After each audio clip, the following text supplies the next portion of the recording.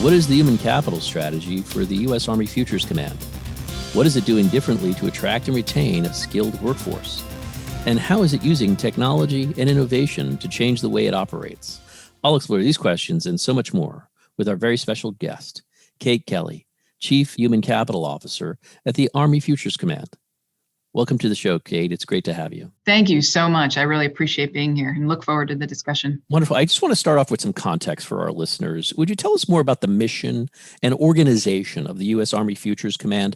How does it predict the future of warfare from an operational and human capital standpoint? Thanks. It's a great place to start, and I think one that makes a real interesting intersection for our conversation today. So AFC is really charged with something that some people believe is unachievable, and that is predicting the future. And it's a really interesting challenge. One of the things that the current commanding general, General Mike Murray, always reminds us is we're probably going to get it wrong, but the point is somebody has got to be looking at it. And that's the reality of why Futures Command.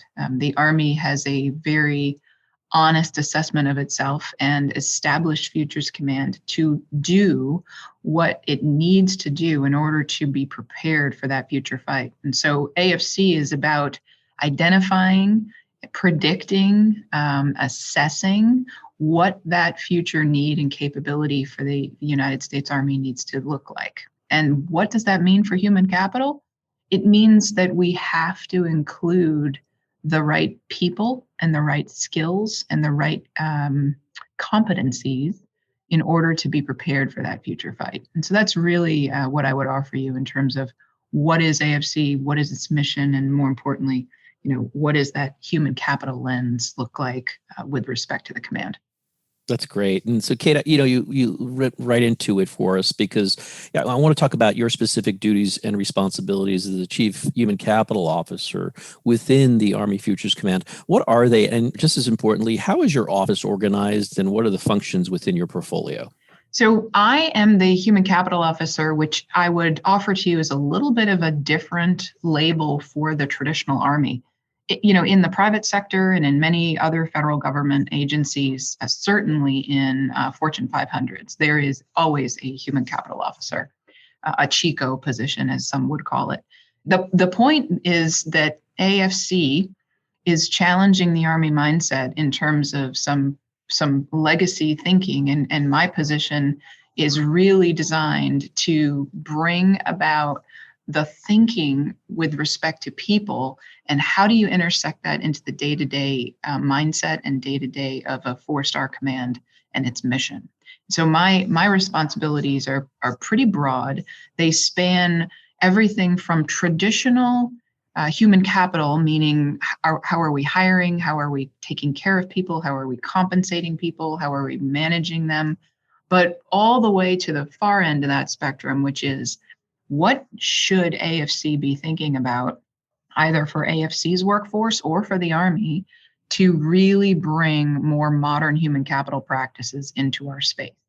And so I think of my role as really trying to challenge the enterprise to get away from arguably legacy human capital systems and move as far as we can legally move within the federal government, of course, towards things that are more agile and more modern with respect to managing talent.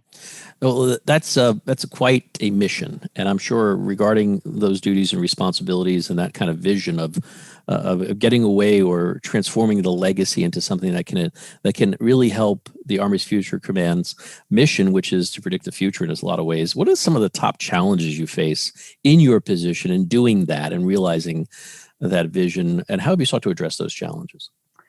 Yeah, it's a really interesting question because I view a lot of the limiting factors that I deal with today as a direct result of some of the constraints that are placed upon the federal workforce.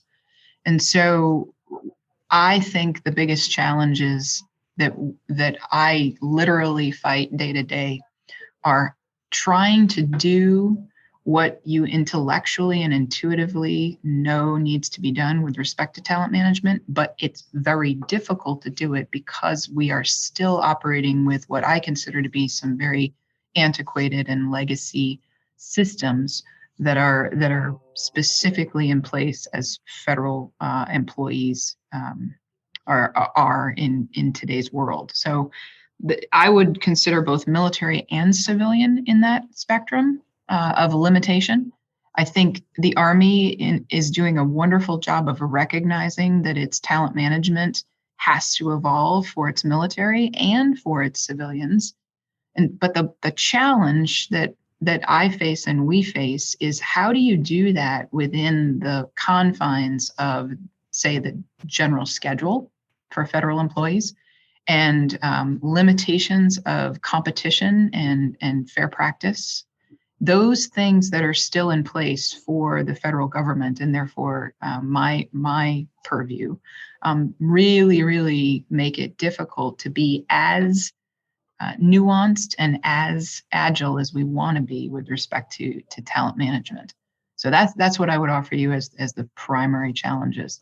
There are, of course, sort of second and tertiary levels within that, but that's what I fight every day: is how can I, within the confines of where we are today as an employer, how can I do things differently?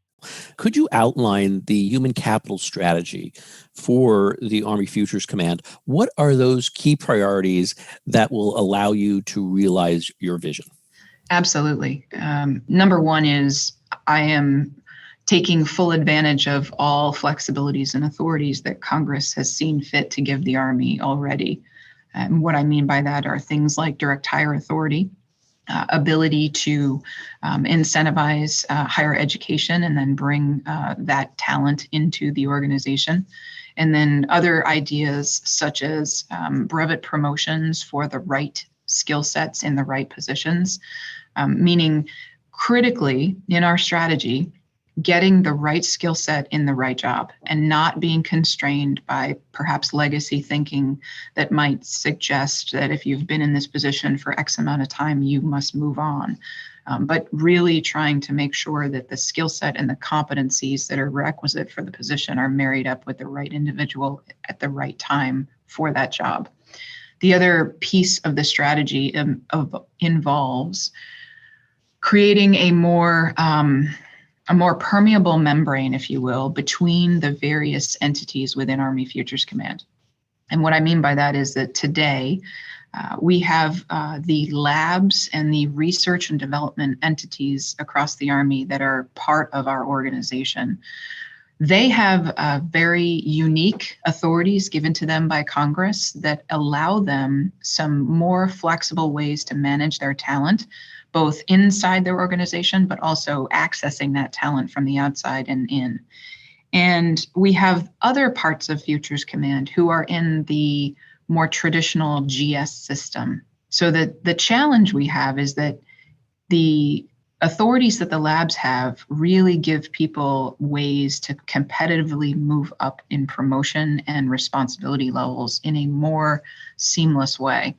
And if you're trying to incentivize people who understand the research elements and the R&D components and science and technology components to be part of the rest of AFC, you're creating a barrier, asking them to leave those more flexible systems to go into the antiquated GS system. So the other element that is part of our strategy is to create one pool of talent management for AFC, so that our talent is not disincentivized to take a job at the headquarters, to move to a lab, to move to our research and analysis portion, to go to our Futures and Concept Center and think about the concept writing for the future. I'm trying to create an environment where we are incentivizing people to be able to move and not disincentivizing them. The third piece of it that I would offer is that we are being a pilot for new data science, and software, and how you manage that talent for the military as well. And so we've got some very interesting constructs that we're working in software development and data analytics that are going to allow the Army to not only create that skill set in its military workforce, but we are piloting how should we care for that talent across the broader Army. And so it's a very, very interesting and very exciting collection of initiatives that we have in our vision here for AFC. So, Kate, you mentioned you're sort of challenging the current thinking and processes related to talent management, which has led to the discovery of untapped talent within the Army itself. And I was wondering, how is the Army Future Command tackling the challenge of transitioning that talent out of the career field it is currently in, reskilling it, and injecting it back into the Army? Yeah, it's a really exciting kind of realization, I guess I would say. So there was a narrative several years ago, but it was a pervasive one. And it was shared by many in the Army, and I would argue it was shared by Congress, and it was shared by private sector as well. And the narrative went like this. The federal government and the DoD and the Army have got to figure out a way to get talent from the private sector into the Army so that you can be more, I would say, competitive in the information space, in the network space, in the software space, in the data space. And you've got to go find this talent and figure out how to bring it in. What we have realized by literally canvassing our current force is that we actually have this talent already. The problem is we brought them into the Army and we didn't have data specific career models. We didn't have software specific design and engineering career models. And so we made this talent something else. We made it a military intelligence officer or a signal officer or an infantry officer or a military policeman, right? We assessed this talent into the existing legacy career models, even though this talent has the ability to do things like DevSecOps or big data analytics. So what we have dispelled is this view that all this talent is in the private sector or in academia. The reality is we've got it in the family. We just labeled it something else, and we set it on a career path for a different skill set. So what's really exciting and then also super challenging is when we pull that talent out of those existing career models and we create an environment where they now can leverage the fact that they've always been interested in coding and they've always wanted to be a software developer. We're now training them to do that. But the challenge is, where do they go and how do we build a career model for that new talent that we've pulled out of existing career paths? So we've not only created a gap in a different area of the Army by pulling this person out and training them in this different environment, we've also got a problem of where do we put them and how do we leverage them in the future. And so it's a really exciting time right now with what we're doing here at AFC on behalf of the larger Army. But it is also very, very challenging and difficult to manage the transition of this new skill set and then manage these individuals throughout the lifetime of their time with the Army. So I was wondering, one of the things you've done, or one of the things that the Army Futures Command has done since its inception, was create the Army Futures Command Software Factory. Can you tell us about this program? What's its mission and how is it working to train tech talent, and what role does it play in helping the Army modernize and keep up with near peer competition? Absolutely. It's really the incubator for the ability for the military specifically to understand and be able to help itself with respect to software development, application development, and more importantly, getting those new products onto a viable, protected network. And what we're doing at the Software Factory here in Austin is creating teams of individuals who have discrete roles in software development product teams that understand not only how to build, how to code, and how to develop viable applications that solve Army problems, but also have the requisite platform engineer and support structures to deploy those new tools onto networks. So it's a very interesting model, and it's one that is informed by a couple of learning campaigns that we engaged in. One is, how does the private sector today do application development and software development? And so we have leveraged the plethora of software companies that are in Austin, Texas, to find out how the Googles, the Apples, the Facebooks, the HomeAways, the IBMs, how are they doing this, right? Arguably, they have a practice that works in their models. And so we've been informed by how they work it. We've also looked at existing DoD entities. Probably the most well-known is the Kessel Run experiment that the Air Force has done and is doing. But of course, the Defense Innovation Unit and many others across the DoD we have visited and worked with in order to build the model that we have here at AFC. And so it's team-based. It is discrete roles that each individual plays on the team. And the team is charged with solving Army problems through application and software development, and then the deployment of that product onto a network. And that's really what the software factory is designed to do. The experiment is, how broad can we impact the Army? Meaning, can we impact in our generating force and solve problems that are at the garrison level, CONUS side?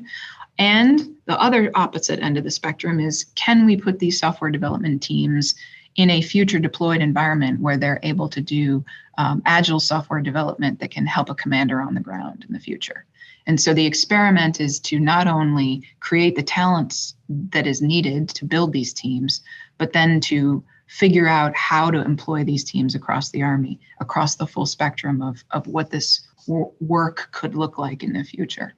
Okay, I was wondering, how are you using certain direct hiring authorities, the science and technology reinvention authorities, to help position the Army Future Command as an employer of choice?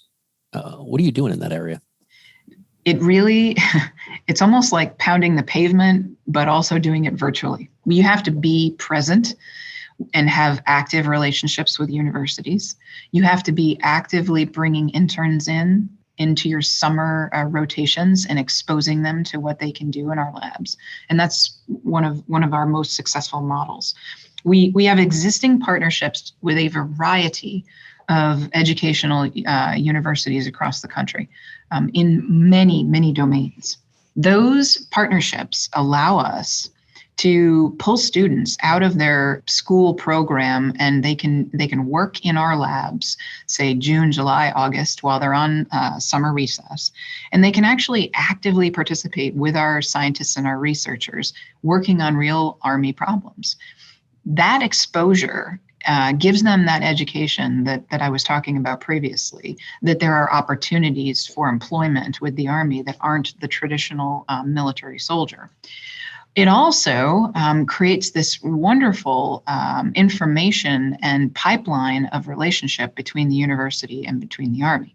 And so trying to then incentivize that graduate to come work for us is a much easier sell.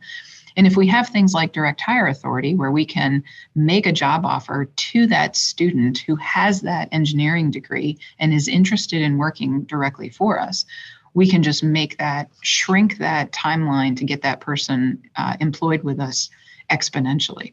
Right now, one of the biggest limiting factors for federal employment is the length of time that it takes to work through all of the legal wickets that you're mandated to work through.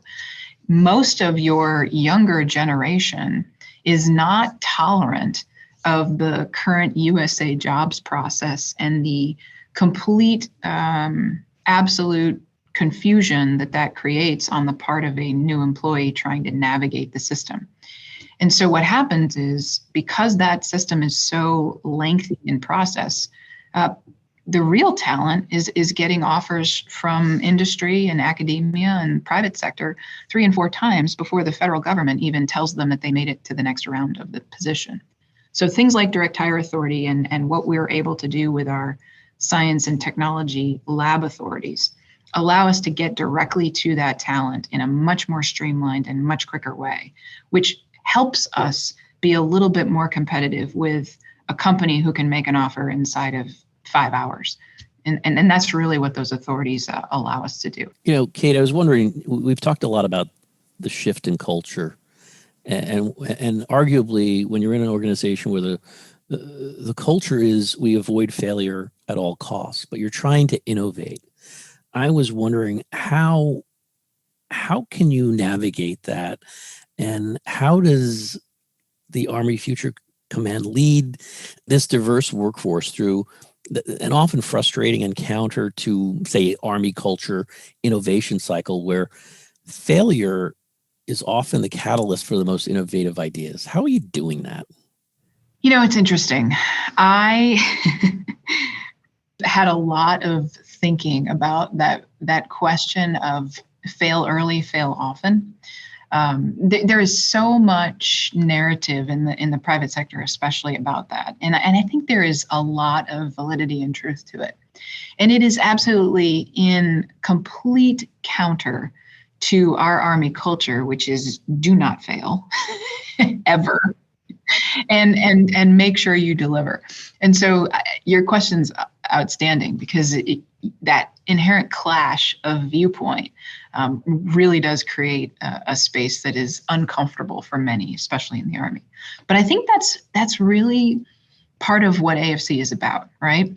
Is a recognition that we ourselves in the Army have created an environment whereby failure is not an option.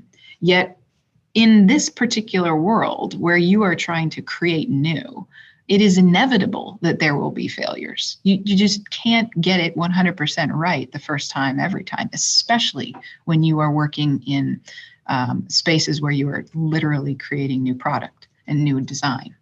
And so what AAL and what the AFC community is trying to do is learn from each other. And that's not to say that one has to become like the other, or that the private sector needs to adopt the Army model. The point is we have to be able to communicate with each other and then find that sweet spot. So it might be okay for one of our cohorts to come up with 2 or 3 ideas, only one of which actually turns out to be viable. But the point is the Army has gotten a viable solution, even though maybe 2 of the 3 ideas failed in inception. But if we landed on a viable idea that can actually be put into production and scaled to the level that it needs to be scaled at to support the Army, that's a win, right? So the interesting part of this cultural shift is we have to create opportunities to work together, and then we have to be willing to learn from each other and find where that middle ground is that delivers a solution and a capability. This has been the Business of Government Hour, a conversation with Kate Kelley, Chief Human Capital Officer at the U.S. Army Futures Command. Subscribe, download, or listen to the entire interview at Podcast One, iTunes, or on your favorite podcast app. And as always at businessofgovernment.org.